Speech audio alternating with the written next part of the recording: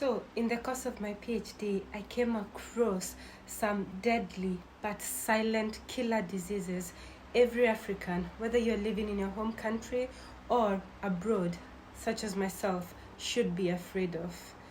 And what I found to be sad was that hardly does anyone talk about the devastating effects of diabetes, H. pylori,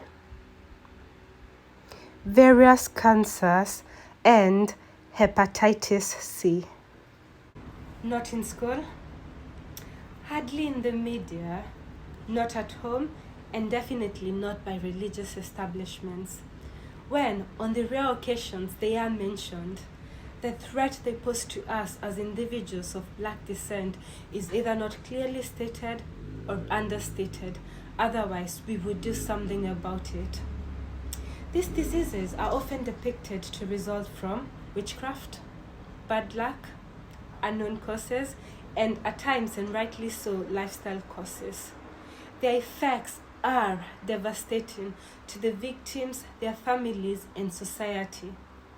In countries with inadequate healthcare, which is like all African countries, the deaths are horrific. It's like being trapped in a never-ending horror movie. Death is often a slow but painful process, agonizing for their watching families as they pursue every false lead in the hopes of saving their king. It often begins with a dire medical emergency, and this is for your family member, neighbors, or even strangers. And this is often followed by a frantic search for available means of transport. And we know this means either a neighbor's car, bicycles, or even motorcycles. There are no frantic calls to 999. That never works. A few months ago, my mom found my beloved Shosho, that is my grandmother, unresponsive. I called her and she was waiting for a car to possibly transport her to the hospital or morgue. I was all the way in the UK and I was so devastated because I'd not seen my grandmother for 5 years, and so I was hoping for a positive outcome.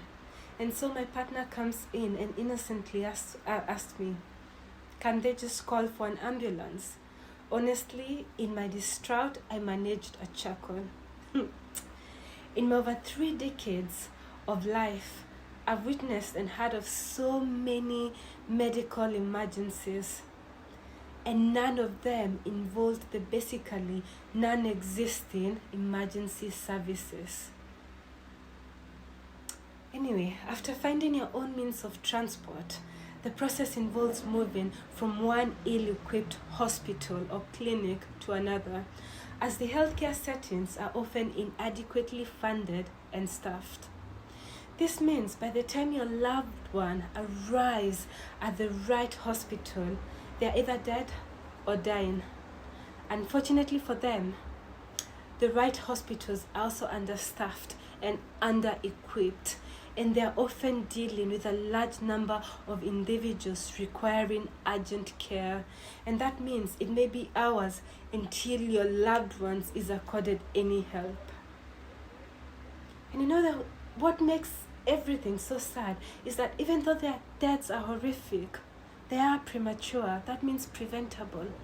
And they steal the lives of the young and the young old. And young old, in this case, it means individuals in their late 50s and early 60s. Honestly, over the last couple of years, I've lost family members and friends and neighbors to high blood pressure, diabetes, and various cancers. There was my beloved uncle, and he promised me he'd be waiting me at the airport when I achieved my PhD. There was an unrelated aunt, and there were neighbors. And guess what? It all began with an urgent medical need that involved no trained medical personnel. Social media is full of Kenyans pleading for assistance to treat these diseases, often in their advanced stages. And the pain and the hopelessness and the despair can be overwhelming, not just for them and their loved ones, but for us who are watching them struggling and suffering. Yet, like like so many individuals of African descent, you know, we are blissfully unaware of our increased risk to these diseases, higher than you could ever imagine.